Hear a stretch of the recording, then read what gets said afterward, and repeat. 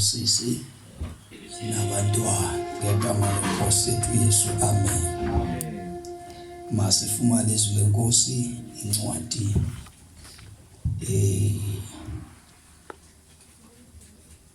kaTimothi wesibini chapter 2 sifunde la verse number 22. Siqale ku-21 no-22, then sifunde uTimothi uqala chapter 4 verse 11.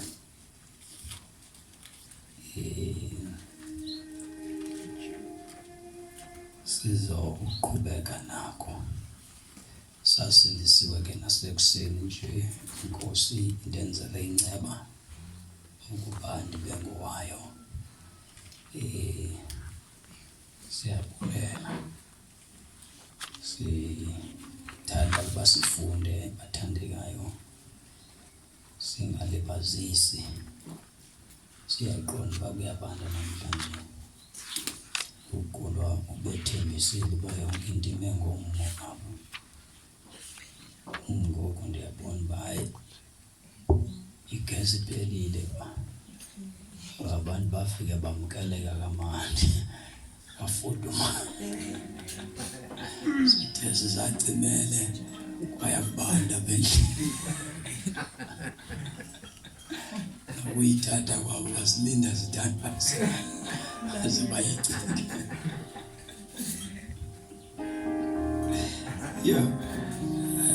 Intlonto ikhona. Silinde nje sifakwa kumoya kuthiwa masithandaze. Banendlela abathetha ngayo kulula ngaphandle. Asibone zethu masithandaze. Bafuna ukweba la gesi.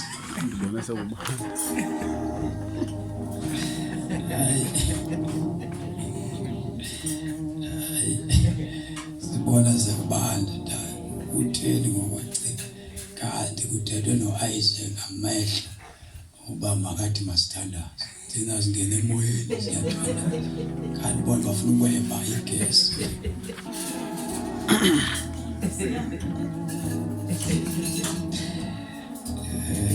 Nawuhlupheka ke mna ngoba ndiseyitheni kule ndawo ndikuyo.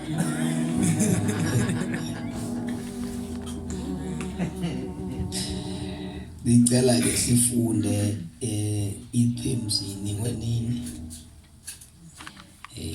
ethi sakhethwa ukuze sibe sisizwe esingcwele. Uyevaka? Amen. Ya, sibe ngabantu abangcwele ukuze sivakalise isidima salowo ongcwele. Ndicela ke sifunde lencwadi kaTimothi wesibini chapter 2 verse number 21 no-22. Bula ngokwakhe ekungcoleni. Kuthiwa lo muntu uyaxabiseka.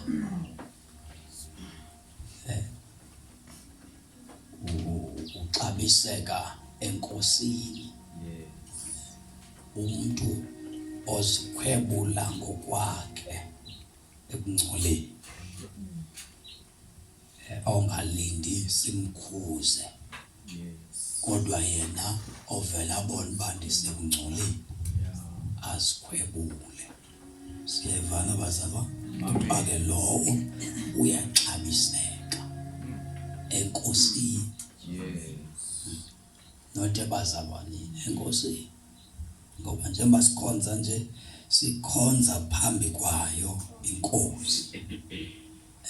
Senzela iNkosi. Amen. Njengoba silapha nje kuseni nje senzela ntoni? Inkosi. Ungahlupeka ugodolanga ngayo.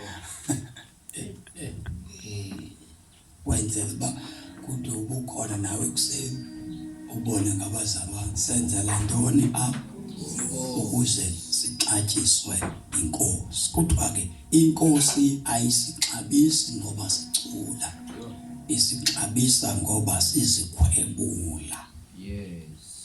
sesigwebo kusho ukuthi noba singanikela noba singahlabelela noba singashumayela uba asikwazi ukuzisusa entweni eziroko ayikho into engathenga ubuso benkosi. Amen. Uba inkosi ijonge ngakuwe ayikho into ongayenza engathenga inkosi uba uxabiseke kuyo ngaphandle koba wena wenze le ethethwa inkosi. Ukuba umuntu uyazikhwebula uyesuka, siyevana bazalwane? Amen. Yes, yena ngokwakhe uyesuka ezintweni ezingafunwa inkosi. Kuthiwa ke yiyo into engamenza axabiseke enkosini. Amen. Kulo mbuso esikuwo sizinceda thina ngokuba sisuke kwizinto inkosi engazifuni, ngoba inkosi isibizele ebungcweleni bayo. Funda. Ukuba umuntu uyazikhwebula ungcoleni abenyulu, Lo muntu abenyulu, uyawuxabiseka. lo muntu uyakuxabiseka. Inkosi yakhe ibe nakho ukumsebenzisa The Lord wants to use you for special purpose. So make yourself clean from all evil. Ngoba inkosi ifuna ukukusebenzisa xa ulapha kwinjongo yayo ekhethekileyo. Siyevana bazalwane? Iye wena okwakho okwenkosi ukukusebenzisa, kodwa kwakho ukuzenza ube clean ukuze ube ngcwele, ngoba awunokwazi ukubanjwa inkosi engcwele kodwa wena ungakufuni ukuba ngcwele. So awukwazi ufuna ukusebenza usebenze nenkosi kodwa wena ungazenzi ube ngcwele. So bonke abantu abafuna inkosi ukuba ibasebenzise kwicebo layo, funeke labo bantu bazenze bona babe ngcwele. So abo bantu ke ngoku inkosi ibathatha kulaa ndawo yobasebenzile ibasebenzise kwicebo layo inkosi. Igama lenkosi malibonke. Verse number 22. sukuthatha nxaxheba kwiingxoxo ezilambathayo zobudenge, kaloku zona isiphelo sazo yingxabano. Verse 22, not 23. Ziphephe inkanuko zobutsha. Now stay away. Kuthiwa ziphephe. Amen. Ziphephe ngokwakho inkanuko zobutsha. Stay away. Zama ngendlela zonke ukuzigcina, ungazibandakanyi uzifake engozini yenkanuko zobutsha bakho. Ziphephe. Kusho ziyaphepheka kodwa ziphephe. Alibonke igama lenkosi. So xa ungumuntu ofuna ukusetyenziswa kumbuso kaThixo, not owethu kokaThixo umbuso, ziphephe inkanuko zobutsha bakho. Stay away from the evil things a young person like you typically wants to do. Bonke abantu abalingana nawe okanye kule age okuyo kukho izinto ezifuna ukwenziwa ngumzimba wakho, kodwa ezi zinto zichasene nale mpilo oyibizelweyo. Uthi ke uPaul into eyakunceda Timothy kukuziphepha. Kusho ukuthi zawusoloko zikhona, but wena iduty yakho ukuziphepha inkanuko zobutsha bakho. Food. Ziphephe inkanuko zobutsha. Phuthuma ukulungisa. Uthuma ukulungisa. cela sikhuphe abo bangapha babuye nibona bengekho nonisa ngitheke omnye umhlangano mobe ngaphulobe ndaxa sine conference ngokusizawusika ukudla ukwenzela uba kungaphekwa mhlangano olandelayo iconference ezilandela ngawusuku komusa kwakuthiwa ngecawe ukwenzela uba bonke abantu bafumaneke ngoba asiselanga ukudla xa sisenza imihlangano kufuneka sisuke sifuna inkonzo nto kunjalo Amen. ayithalezana sizoyikhumbula inkonzo basinepasika sizoba nepasika singadli ugqibela ukudla ngosine Friday awudli ugqibela ukudli izosongela lonto imali songele amaxesha isifake umoya ine imihlangano elandelayo xa sithi sine conference akuzuphekwa kuzohlaliwa kungadliwa into engaze imane niyifumana nama-apile emane nekwi-fruit le ngoba akho zitya zoncona andithi akho energy zosetshenziswa akunjalo kwenzela bonke abantu bafunyane bengaphakathi kuvizwe nifuna ukudla ni senze basithi ke kwenye imini xa sesifuna basezawutya sithi ke ngosiyotya eMozambique kungabikho mshumayeli siyodeka itafile ngoku sizawusine-feast sizawutya umntu oyinto ayithandayo kodwa izwi lingabikho kalomini ayilunganga olubakho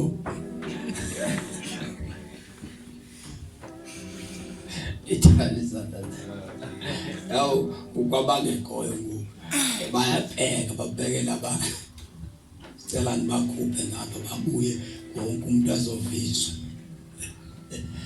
next time ayizubakho ukutya qha akunjalo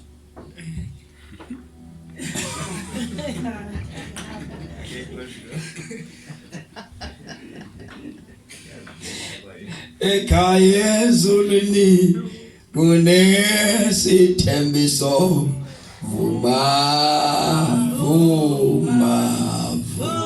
Umusindiswe ekhaya kunesithembiso vuma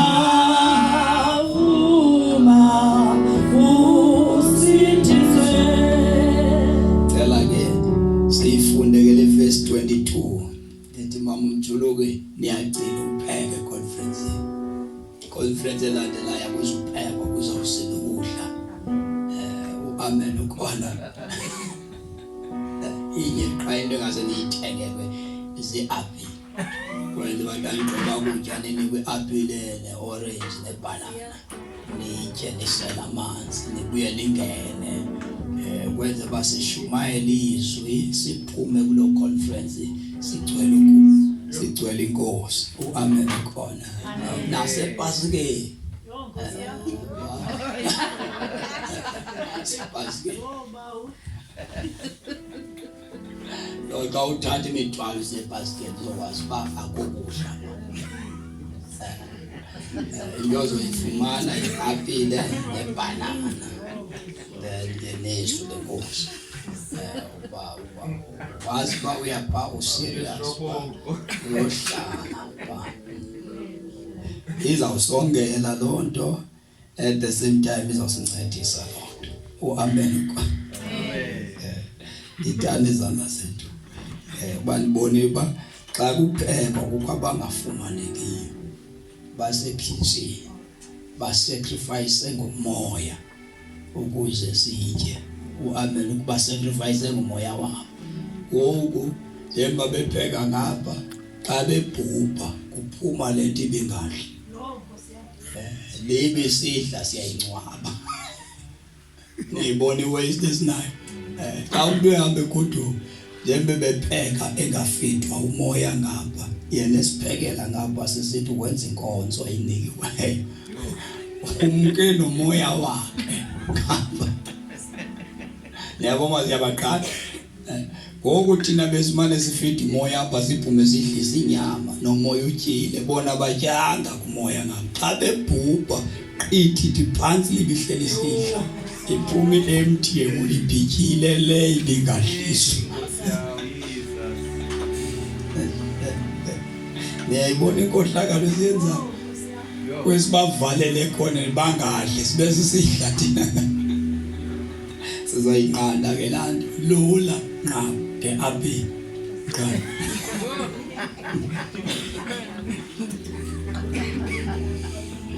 funda kwesitasithandazi.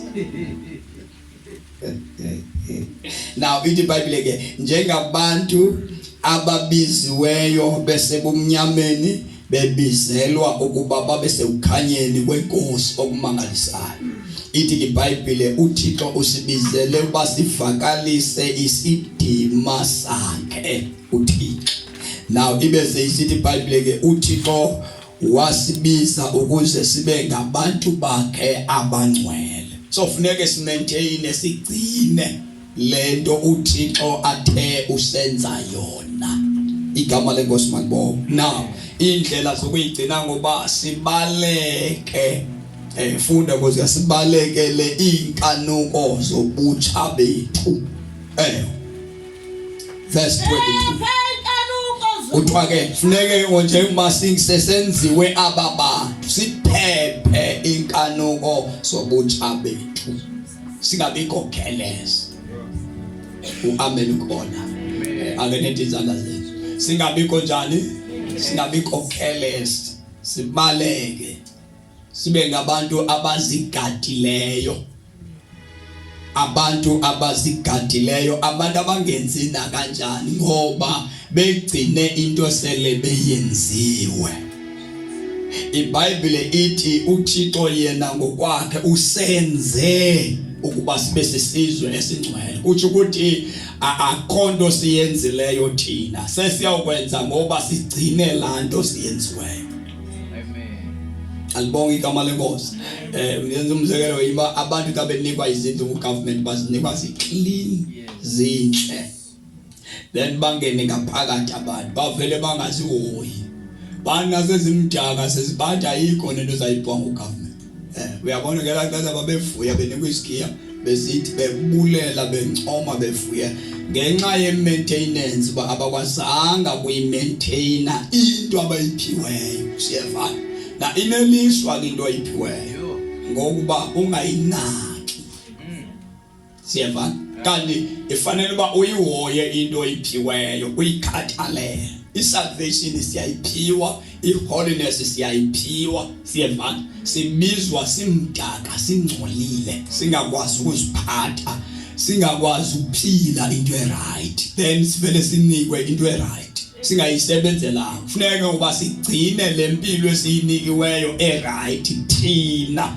Igama lenkosi malibonke. That's why iBhayibhile lo uzenza ngcwele yena. Kusho ukuthi yemba sinikwa lempilo e-right nje siyawanikwa amandla nokubona into yoba andenzi ngendlela efanelekileyo. iBhayibhile uzenze ngokwakho okanye ubaleke. Siyeva choices ezimbili pha uyabaleka. Funda. Ziphephe inkanuko zobutsha. Yes. Phuthuma ukulungisa zizinto eziphuthunywayo side siyongena engcwabeni siziphuthuma ukulungisa. Kusho ukuthi umuntu uyangena entweni azibhaqe engekho ndaweni efanele kuba ukuyo. Uthi ke umbhali phuthuma phuthuma ukulungisa.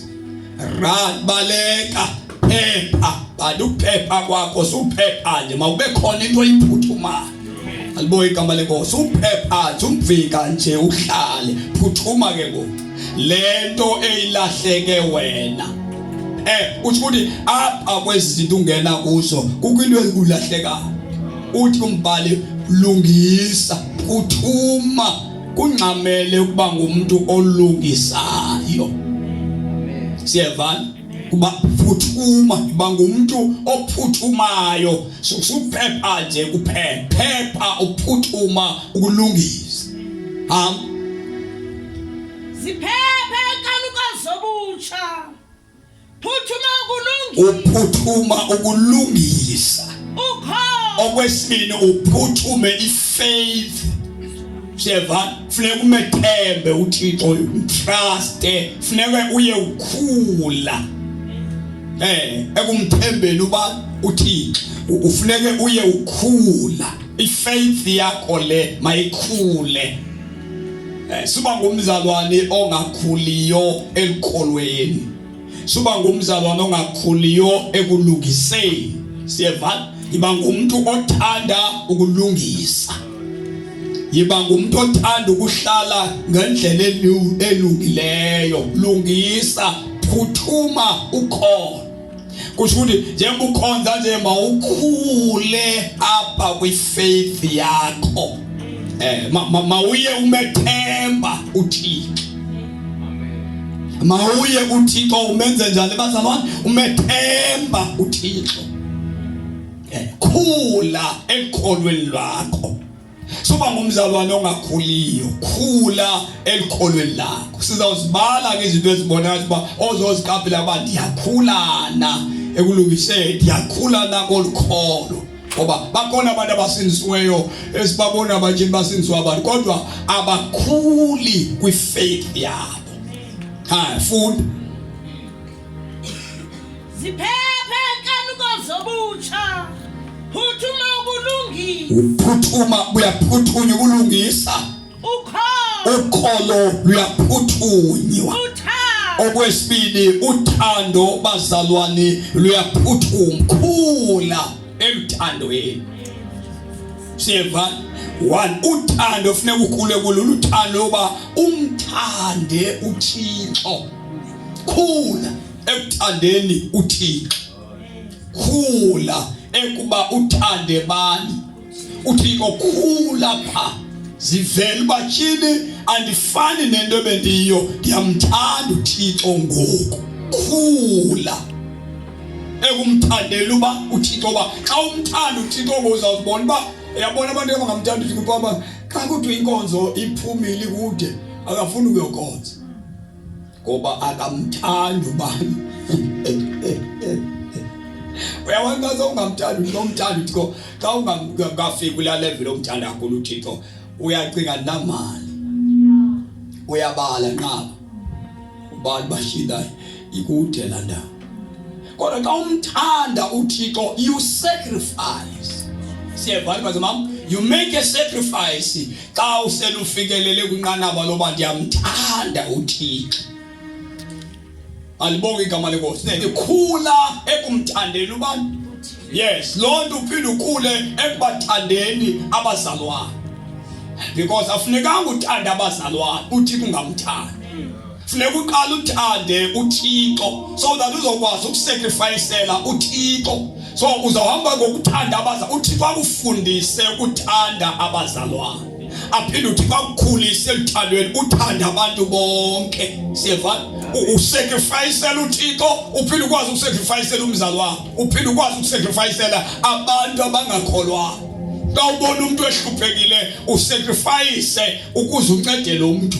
Because uqale wakhula ekuthandeni uThixo, wakwazi ukusacrificeela inkosi. Siyeva bazalwane, la nto ukuba ukhonza uThixo umkhonza uthi umkhonze ngemali yakho. La nto yenziwa luthando, yenziwa ukukhula. Because the more you love God, luyemuka uthando lwakho kwizinto nazo. Luyesuka uthando lwakho kwimali yakho, luyesuka uthando lwakho kwimoto yakho, luyesuka uthando lwakho ezindlini zakho. Siyeva, ngeke ukwazi ukuba usacrifice ngento nazo ungekamthandi uThixo.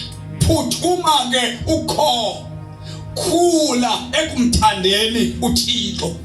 Bekhona izinto othi ngenxa kaThixo lena into ndiyenziswa ngenxa kaThixo, kodwa bekubeka ndiyenze lento ngokujonga kwenyama, but ngenxa kaThixo ndiyayenza lento. So funeke ukhule xa ungumuntu omtsha ekumthandeni uThixo, so that uzokwazi ukukhonza ugcine istandard uThixo uThixo akunike sona funeka umthande uThixo. La nto yenza into yoba andingeni kwezi zinto ngenxa yothando lukaThixo, not ngoba icawe isithi mandingangeni.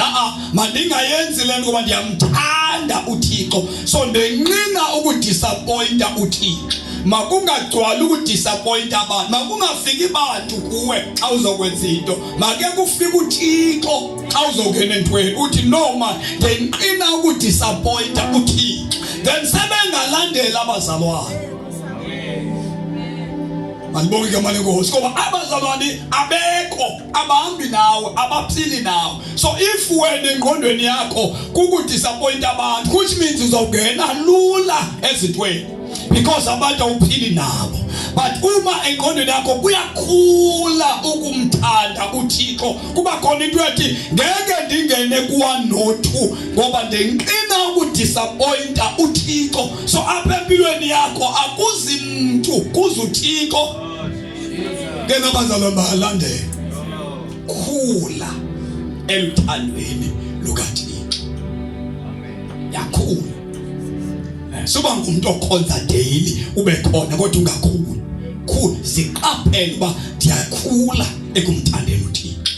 So yenza lento ba xa sikhonza ke ngoku singabali ubone usacrifice abantu babuzane baba ubani enza into ethile. Baya enansi ke Willowville kukudad Manjiyose ba. Amen. Udad Manjiyose wayengumuntu ongakwaziyo ukushiya umzi wakhe. Siyafika ngophaya didad Manjiyose zawamba siye pasi uthi umfazi uzawe. Umfazi uzawe. Manjiyose akuyokhiwa mifino ba. Uyokhona. Umuntu uyaziyela. Ndiye kuye sibheke eCradle athi mfundisi kude kanaka. Ndithi tata xa ungenwe nguKristu ayikho indawo kangayo. Amen. Ndiyakucela ke tata sizawuya kwinkonzo yamadoda. La nkonzo ibaluleke kakhulu leya. Ubikuphosile uyawufana ukuphoswela izulu sokuye. Ngoba uthi ibhokwe zami asibhali izinto ezingimvalela ezibomba kunyanisile akanakwekwe pha eyokwelusezambuko kuye nomama Manjiyose. Ndithi wejanyana siyeCradle ndithi pha ubuphoswe ile nkonzo tani vele uncama unophinda umve kwaKristu ukubalisela. La nkonzo ibaluleke kakhulu. Anyanzeleka aye ke ngoba uyamfuna uKristu. Awufika kayise kuya bhake uyafunda uyafundisa uncedile mfundisi ngiphinde ngiphose so the more umuntu ekhula ekumthandeni uKristu, izinto bezikade ziyi-priority yakhe ziyajika zibe semva, then uThixo abe phambili. Ngoku seyinguye udad Manjiyose uba iyawuphinda ube khona nokwimhlaba ukhonza ngende ngoba xa ukhula zinyatheleka phansi izinto bezikade zibalulekile elifini yakho. Nafuneka ukhule ekumthandeni uThixo. Siyeva khula phuthuma ukulunga ngoba ukulungisa kwenza into yokuba ukhule kwifaith yakho. So once ungalungi uyatyhafa elikholweni. Once ube nezinto ezingenileyo empilweni yakho uyayeka ukumthanda uThixo. Na once uphuthuma ukulunga, then ukulungisa xa sokwenzile kuvulela uba ukhule ukholo lwakho, then ifaith yakho yenza umthande uThixo because ifaith ine-results zayo. Siyeva? So the more you trust God, then kuba khona into yokumthanda uThixo ngoba ngeke umthembe umuntu ongamthandiyo. Siyeva bazama ngeke umthembe umuntu ongamthandiyo. So ukuze umthande umuntu ufuneka umethembe. So ukuze umethembe umuntu ufuneka umthande. Endo zombili funeka sihambe kunye. Funeka umthembe, funeka umthande. Ngeke umethembe ungamthandi. Futhi ngeke umthande ungazumthemba. Siyeva? So xa kuthethwa ngathi thina sisizwe uThixo asithembileyo. So funeka nathi simethembe. uThixo usithembile. 2 uThixo usithandile. So nathi kufanele simthande. Sisizwe esiqale sathandwa thina. So safundisha uthando loba simthande osithandileyo. Seva, God trust us. uThixo usithembe ngendlela engumangaliso. So fanele ba nawe xa ungumntwana kaThixo umethembe uThixo. Now siyaphuthuma izinto ukulungisa faith ube sowuphuthuma ukuthanda uThixo. Learn to love God. Funda ukumthanda.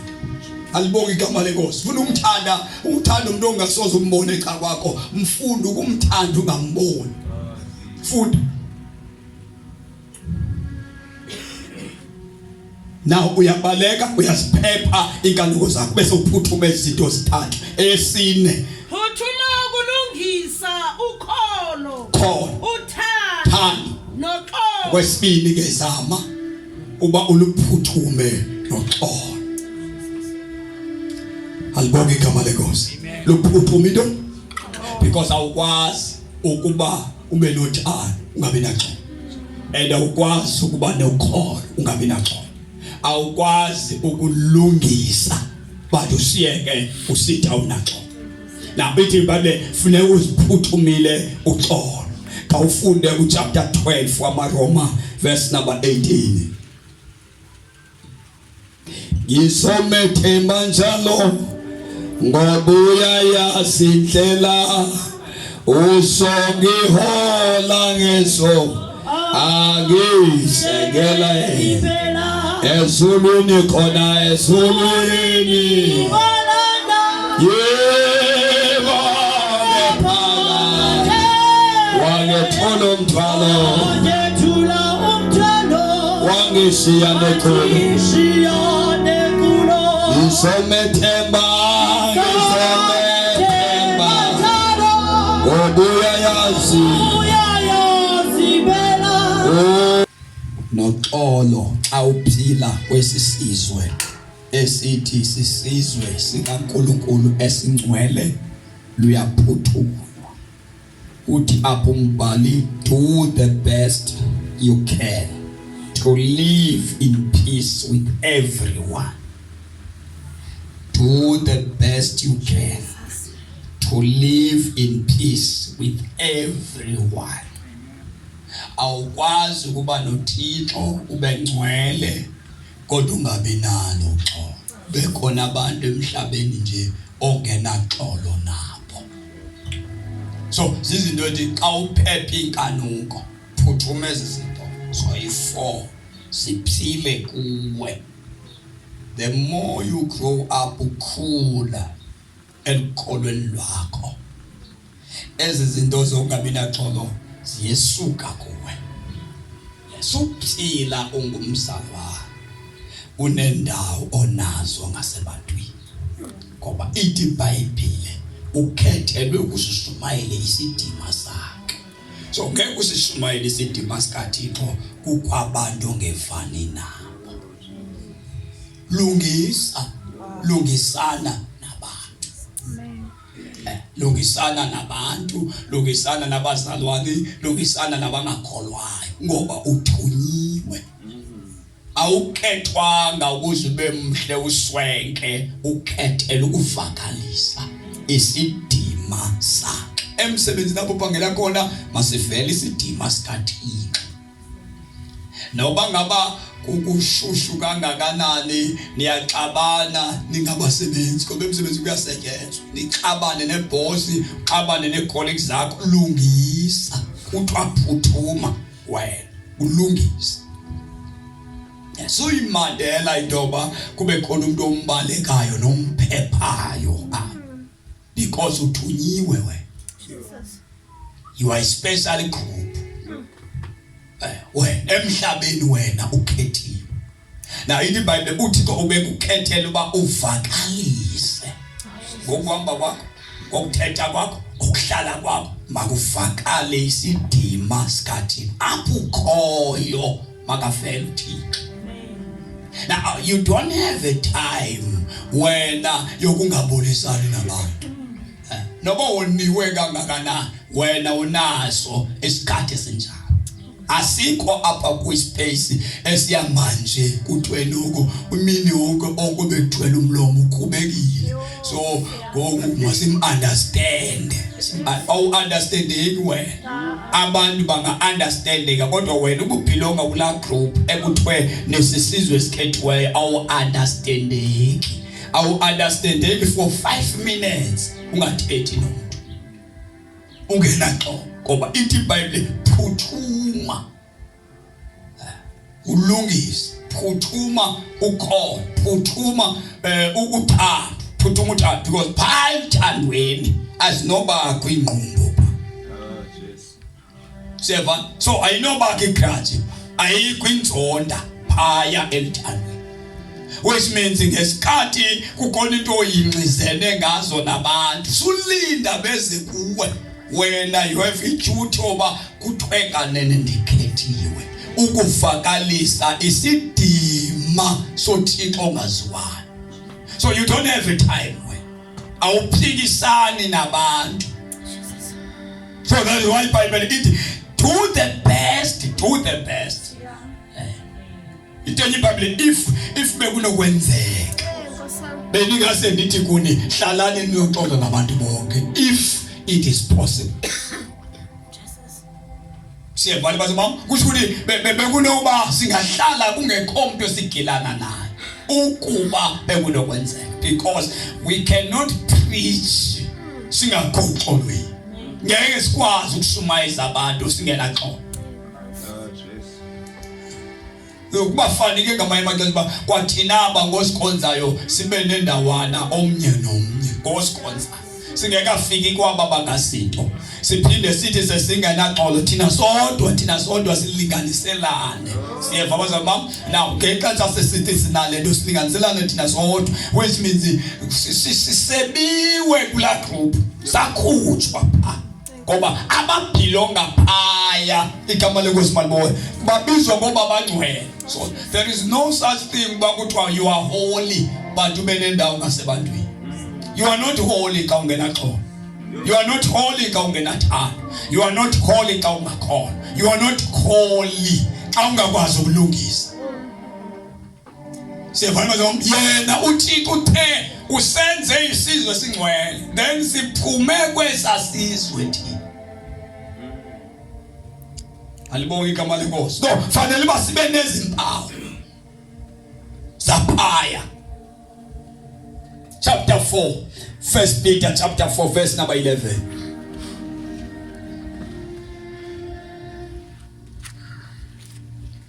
Silifuze elobandla silifuze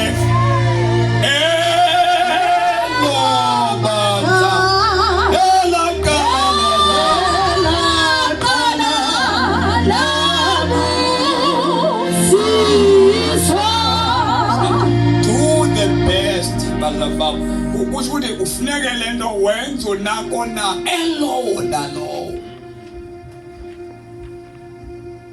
Ukusindiswa kwakho sikucompare nomnye. Wena zamela ukuba ubonakale usindisiwe. Ilwele lento yokusindiswa. Sophila ngathi ufuna ukuba ngomnye umuntu. Phila wazi ndoba uphiwe into nguThixo enganikwanga noba ngubani. Do the best you can to live in peace. Ngoba awukwazi ukuthi digcwele uNkulunkulu uThixo kodwa ungenaxolo bazalwane. Awukwazi ukuphila ungenaxolo. Uphethe indaba ezilungileyo sikaThixo. Ithi iBhayibheli umsebenzi wakho emhlabeni. Your duty. Andiko mshumayi kodwa uThixo uthi bonke ababhilonga kwesasizwe dibenze indaba beka pha ukuze bavakalise. Ayithi abathile ba. Ayinabefundisi, ayinabavangeli kuthiwa bonke abakwesasizwe singcwele. Dibakhethele dibabize ukuze bavakalise isidima soThixo. Kusithi wonke umuntu opha ukuhamba kwakho makuvakalise isidima. Ukuvula kwakho umlomo makuvakalise isidima. indlela owenza ngayo makadunyiswe uThixo ngenxa yakho. Uneduty emhlabeni, unalo xanduva onalo. Funda chapter number 4 verse number 11, Timothy oqala. Zigcine uzibethele emfundisweni yakho ezindawo.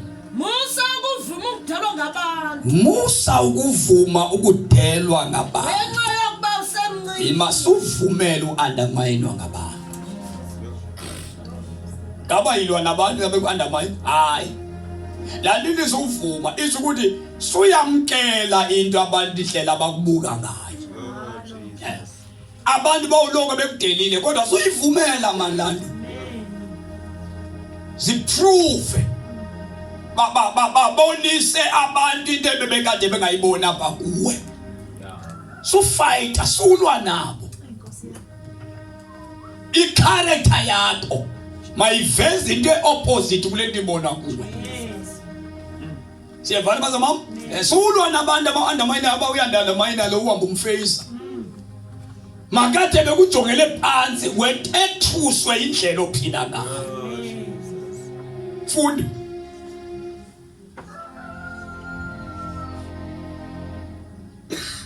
So in the Bible, you are young, but don't let anyone treat you as if you are not important.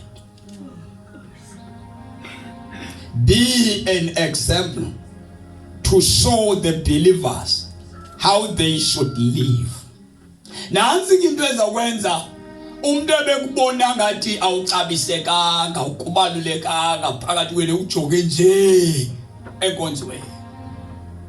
So suyakuya ayithi iBhayibheli iyakuya umfeyisi. But iBhayibheli ithi wena be an example. Yiba ngumzekelo. Wena sufeyisa sulwa suduyandamana ndiyambona uyandandamana ayizukunceda loo nto yokulwa naye. Funda nkosikazi. Wena funeka utshintshe indlela owenza ngayo. Musa kuvuma ukudelwa. Suvuma ukudelwa ngabantu. Ngenxa yokuba usemncane. Ngoba wena usemncane. Yiba ngumzekelo. Vele usuke wenza izinto zabantu abadala. Vele usuke ube ne-character uthethe njengomuntu omdala. Sithi ka sivumamele uthetha ko sithi ukhulile.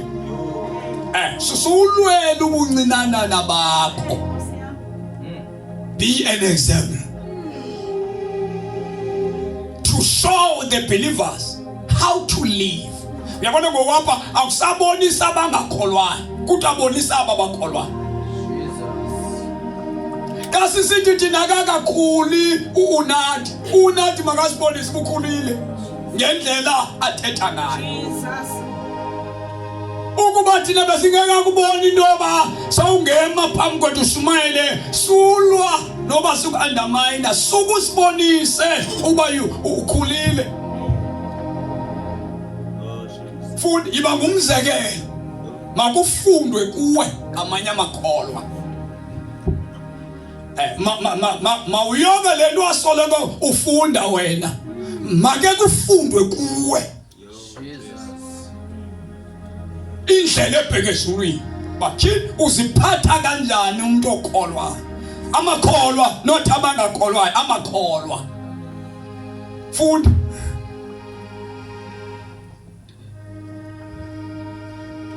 Musa kuvuma ukudelwa ngabantu. Ilibheke show the believers how they should live. Ebonela kuwe indlela ukuphila. Ikholwa. Sulwa nokungabaluleki kwakho. Suka nje wena ubonisa amakholwa how to live. Show them by what you say. So indlela othetha ngayo. Masifunde ubumntwana osiniswe inhlanganiso uphila uthetha njani umuntu osinisiweyo. Uyabona ukuthi abafundisa amakholwa which means upasile kwabangakholwayo.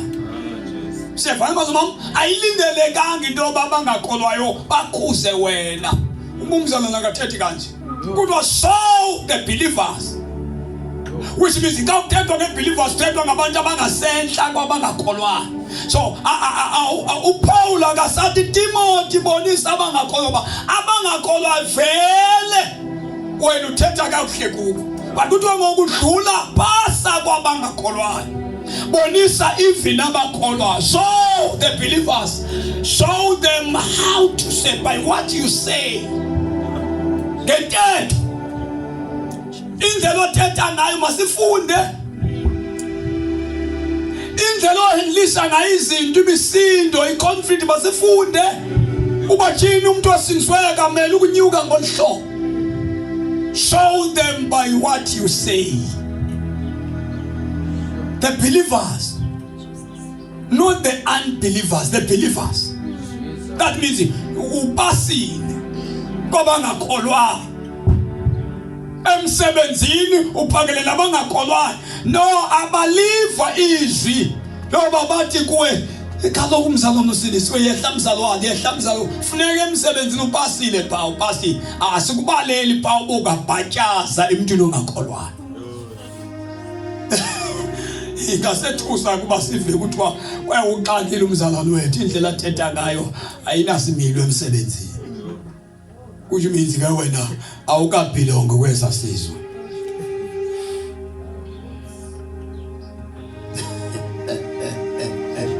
Kuthiwa izani tata ukomo usixakile.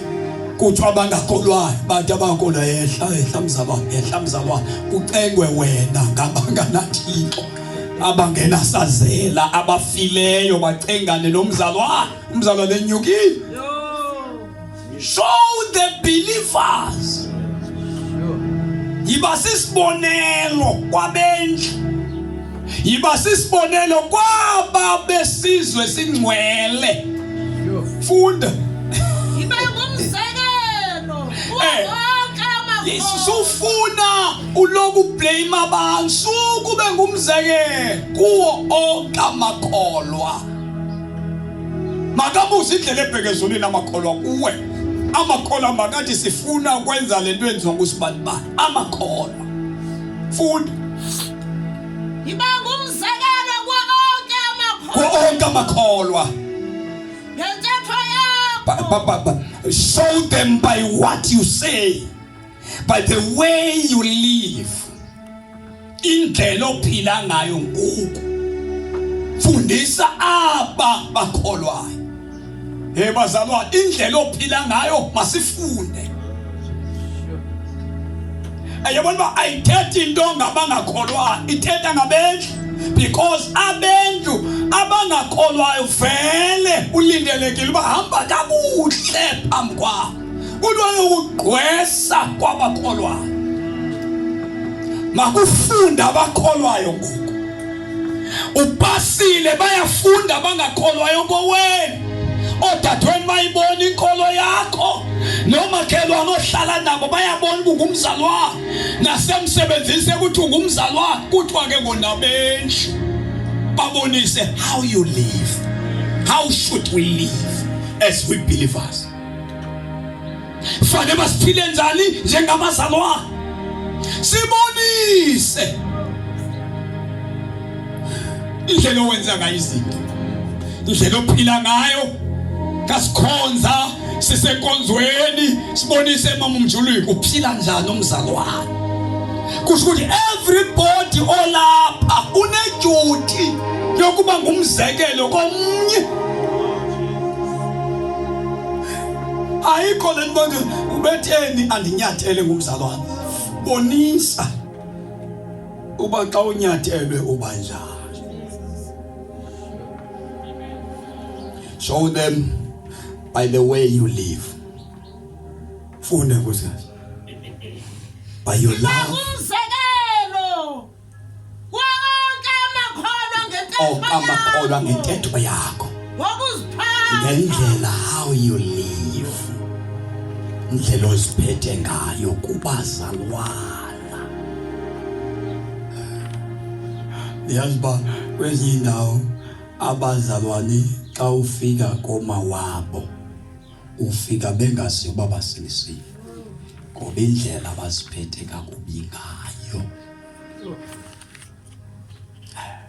Wena ufike kungaziwa ngoba kukho umuntu osilisiweyo kusethukwa ngawe xa uzokhangela umzala.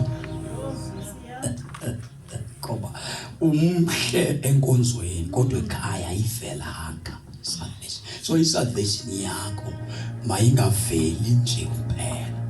Siqale uyibone sekhaya then uzosibonisa nathi siyayifuna ukuyibona. Sifunde kuwe. Sifundise ukuya ezulwini. Sifunda omnye komnye. Indlela osiphethe ngayo funda nkosikazi. Yiba ngumzekelo ngentetho yakho. Tetho. Ukuziphatha. Hamba. Ngokuziphatha. Ngothando. Ngothando. Ngentembeko. Uthando nalo liyakhanga. Nangobunyulu. Sibonise ngendlela othanda ngayo abantu. Kuba wena unamkhethe. Siyevana. Awunantoni? Namkhethe. Ndinibonile ke nina niyathandana. Niyathini? Nithena nganivumile baniyathandana. Ndinibonile baniyathandana ogulwa nonqaba noma tikinca bayathandana abantu abo. Qha uthando lwenu funeke ogulwa aba bangagomela amantombazane la. Gomela amantombazane. Nalamantombazane ibe ngala balingana nawo. Angabagomela omama nosisi wadala. Yona nto ke ndifike ndayibona ke phezulu xa niphume enkosi bakwani nothando. Intona ke ngoku ingathi nimandla kweentwazana zicinci. Ndayibona ke ngoba izanibetha ke ngoba ifika. Bayibhile ithi uthando lwenu. Balungabi namkhethe. Ndiziphose nalapha komama nakokhayise.